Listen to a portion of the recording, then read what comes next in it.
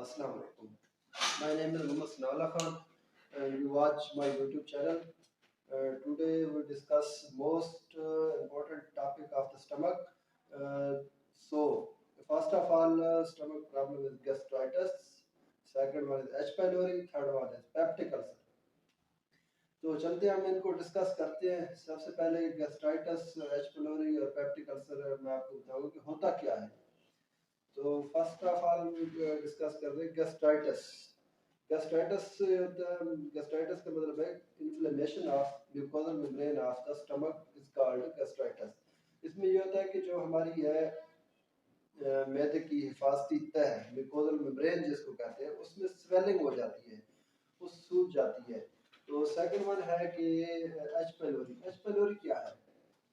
H pylori एक basically bacteria है जो हमारे स्टमक को अफेक्ट करता है। तो उसमें ये एच pylori हेलिकोबैक्टर pylori उसका नाम है, तो जिस वजह से ये प्रॉब्लम पैदा होता है।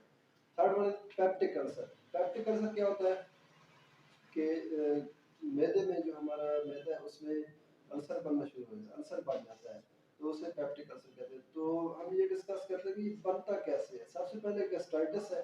गैस्ट्राइटिस अगर एक्यूट है और क्रोनिक है, अगर तो वो 6 हफ्तों के अंदर अंदर आपका खत्म हो जाता है वो एक्यूट कहलाता है। अगर वो 6 हफ्तों में ट्रीट नहीं होता और अनट्रीट रह जाता है तो उसके बाद ये कन्वर्ट हो जाता है एच pylori में। एच pylori में जो म्यूकोजल मेम्ब्रेन है हमारी फास्टी तह मैदे की, उसकी इरोजन शुरू हो जाती है। उसके बाद इरोजन शुरू होगी, उसके बाद अगर ये अनट्रीट रह जाती है तो आहिस्ता आहिस्ता जो है ये फुली तौर पे डैमेज हो जाती है। डैमेज होने के नतीजे में ये इसका ये है कि डैमेज होके इसमें अल्सर बन जाता है और वो जो पेप्टिक अल्सर कहलाता है। तो हम अब चलते हैं इसको काजेज की तरफ। इसके काजेज क्या है? फर्स्ट ऑफ ऑल इसका जो मोस्ट कॉमन काज है unhygienic food and contaminated water है। सेकंड नंबर पे स्मोकिंग, अल्कोहल है, स्मोकिंग है, और इसके बाद जो है एसिड है। कुछ हमारी मेडिसिन है जो आमतौर पे हम घरों में यूज़ करते हैं, आमतौर पे हर घर में मौजूद होती है, वो हम बगैर किसी वजह की खा रहे होते हैं, जैसे कि है कार्पोल है, पैराडाल या इसके बाद है ये डिस्प्रिन वगैरह। तो इस मसले को भी ये जन्म देती है कि इस इन चीज़ों से ये मसला हो सकता है। थर्ड वन है रेगुलरिटी ऑफ मील। ठीक है। अगला है जी एंजाइटी। तो ये इसके कायदे हैं चांद एक। तो अब हम आपको बताएं कि आपको कैसे पता चलेगा कि मुझे ये प्रॉब्लम है, गैस्ट्राइटिस है या एच pylori है या उसके बाद पेप्टिक अल्सर है, आपको कैसे पता चलेगा? कुछ उसमें अलामात हैं, कुछ उसमें आपको लैब टेस्ट बताऊंगा वो है, तो इससे आपको पता चल जाएगा कि मेरे साथ ये मसाइल हैं। तो सबसे पहले जो इसका कॉमन सिम्टम है, कॉमन जो अलामत है उसमें ये है कि एपिगैस्ट्रिक पेन होता है, हार्ट बर्निंग होती है, यानी कि मैदे वाली साइड पे इधर पेन होगा, सीने में जलन होगी।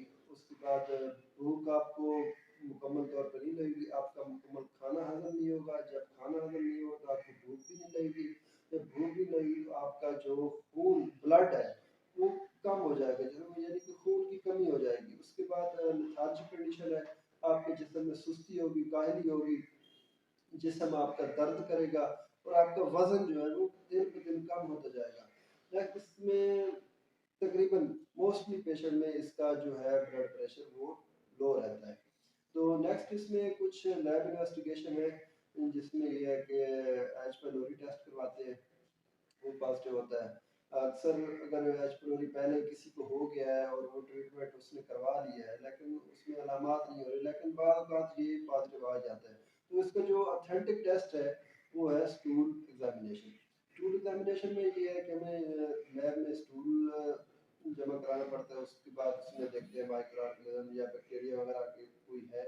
अगर वो होता है स्टूल एग्जामिनेशन में एच pylori आया तो फिर उस बेस पे हम उसका ट्रीटमेंट करते हैं।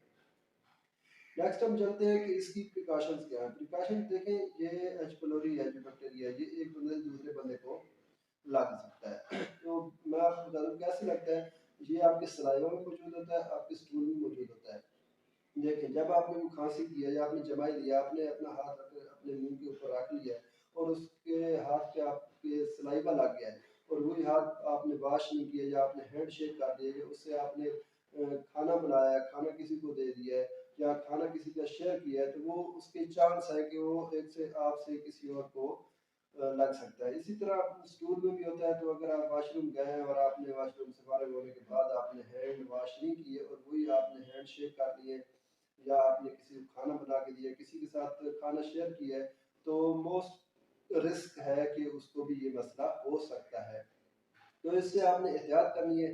बाकी इसकी जो दूसरी एहतियाती तदबीर है जो मैंने आपको कागज बताए, उनसे आप छुटकारा हासिल कर लें। मतलब आप अगर कंटामिनेटेड फूड है या वाटर आप इस्तेमाल कर रहे हैं, पानी इस्तेमाल कर रहे हैं, गंदा है आपका पानी, पीने का साफ नहीं है, या जरासीमों वाली खुराक आप खा रहे हैं बाहर खुली जो बाजार में बिक्री होती है, और इसके बाद स्पाइसी एंड ऑयली फूड है, समोसा, पकौड़ा, बर्गर और पिज़्ज़ा जात वगैरह, इनसे आपने परहेज करना है। दूसरी आपने कोशिश करें कम से कम एनसेड्स यूज़ करें, कम से कम एनसेड्स यूज़ करें, मतलब कालपॉल, पैराडाल या डिस्प्रिन वगैरह की अगर आप टैबलेट वगैरह या कोई इसका खा रहे प्रोडक्ट ऐसा, तो उसको कोशिश करें कम से कम खाएं। तो नेक्स्ट ये जो है अल्कोहल हो गई, स्मोकिंग हो गई, इससे परहेज करें, इसको अपनी ज़िंदगी से बाहर निकालें।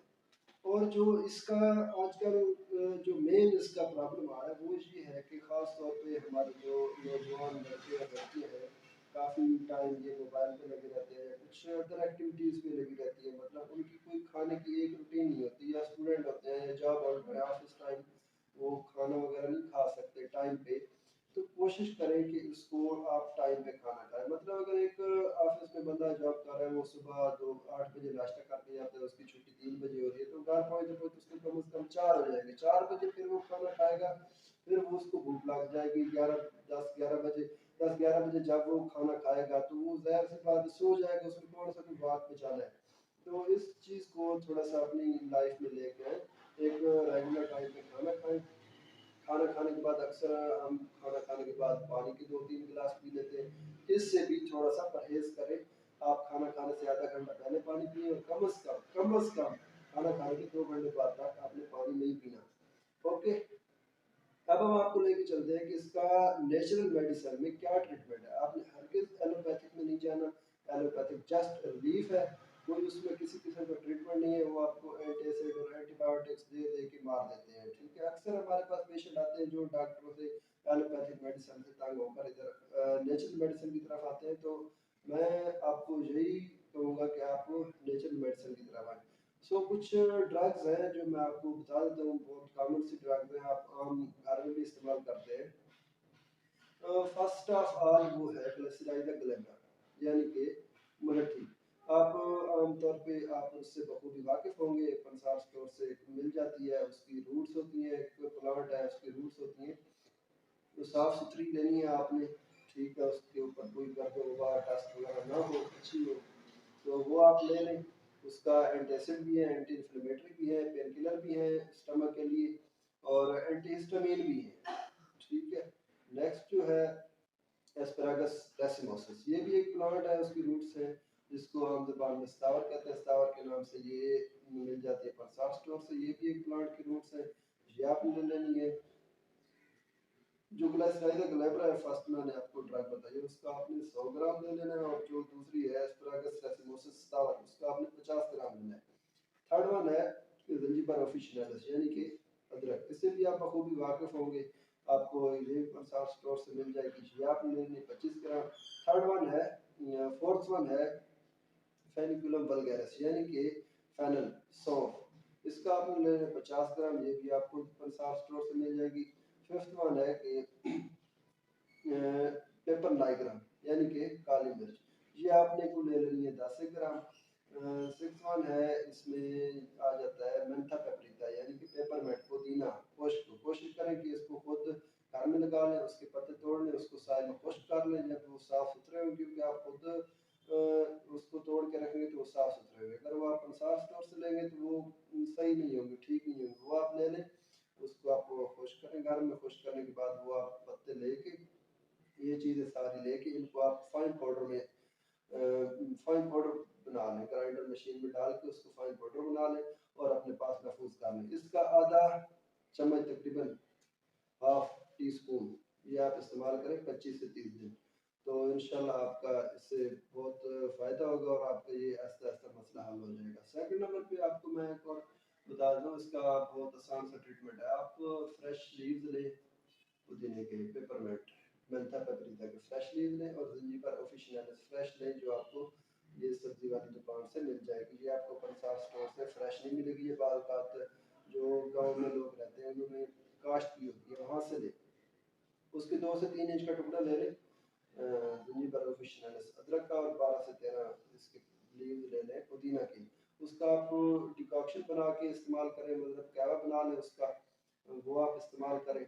उसमें मीठे के लिए शहद डाल लें, अगर शहद अवेलेबल नहीं है तो, अगर वैसे बेहतर तो है बगैर मीठे के पी लें, अगर मीठा डालना चाहते हैं तो फिर शक्कर डाल लें इसमें, वो इस्तेमाल। थर्ड वन इसका है जी, आप इस्तेमाल करें ऑलिव ऑयल, यानी कि जैतून का तेल आप इस्तेमाल करें। इससे आपको इंशाल्लाह बहुत फ़ायदा होगा और आपका ये मसला जो है हल हो जाएगा। तो इजाज़त दीजिए, मिलते हैं नेक्स्ट वीडियो में।